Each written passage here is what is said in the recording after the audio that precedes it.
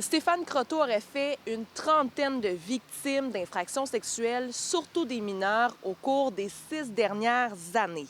Et le service de police de l'agglomération de Longueuil a des raisons de croire qu'elles ne sont pas les seules. Ce qu'on demanderait, en fait, là, c'est que les parents prennent le temps de montrer le visage de cette personne-là à leur jeune fille. Le suspect de 58 ans n'occupait pas n'importe quelle fonction. Sur son profil LinkedIn, on peut lire que Stéphane Croteau a fait des études universitaires à l'École polytechnique et a occupé différents postes d'ingénieur. Les crimes présumés auraient été commis de 2020 jusqu'à son arrestation le 6 décembre dernier.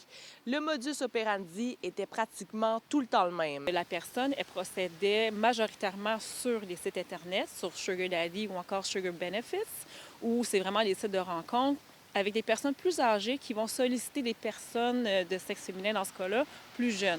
Par contre, physiquement, dans l'agglomération, il a sollicité des jeunes filles, ne serait-ce que ça peut aller jusqu'à 12-13 ans.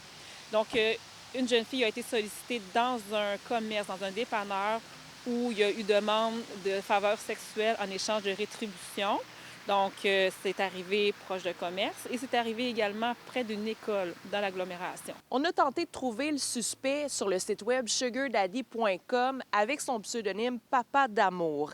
Il n'est pas apparu, mais nous sommes tombés sur des centaines de profils d'hommes d'âge mûr à la recherche de jeunes femmes. Quand les personnes vont sur des sites comme ça pour avoir de l'argent ou échanger des services quelconques, bien, ils se retrouvent souvent dans un engrenage qu'ils n'avaient pas nécessairement vu au départ. Au départ, c'était comme « Ah, on va pouvoir souper, se faire gâter et tout ça ». Et par la suite, bien, finalement, il y a des exigences, ils doivent avoir des relations sexuelles qu'ils n'avaient pas nécessairement désirées.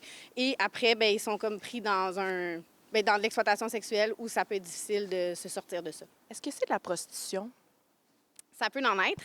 Quand c'est des jeunes mineurs, puis qu'il y a un échange de services sexuels, automatiquement, on considère que c'est de l'exploitation sexuelle. Stéphane Croteau fait maintenant face à 17 chefs d'accusation liés à des infractions sexuelles. On a l'obtention de faveurs sexuelles moyennant une rétribution qui s'adresse à des personnes de plus de 18 ans et également de moins de 18 ans. On a attouchement sexuel, on a agression sexuelle, on a production de pornographie juvénile parce qu'avec les échanges qu'il y a eu sur un des sites, il y a une fille qui a eu des interactions sexuelles avec monsieur et ça a été filmé à l'insu de la personne qui était impliquée là-dedans. Le suspect de Longueuil demeure détenu. Son dossier sera de retour en cours mercredi prochain.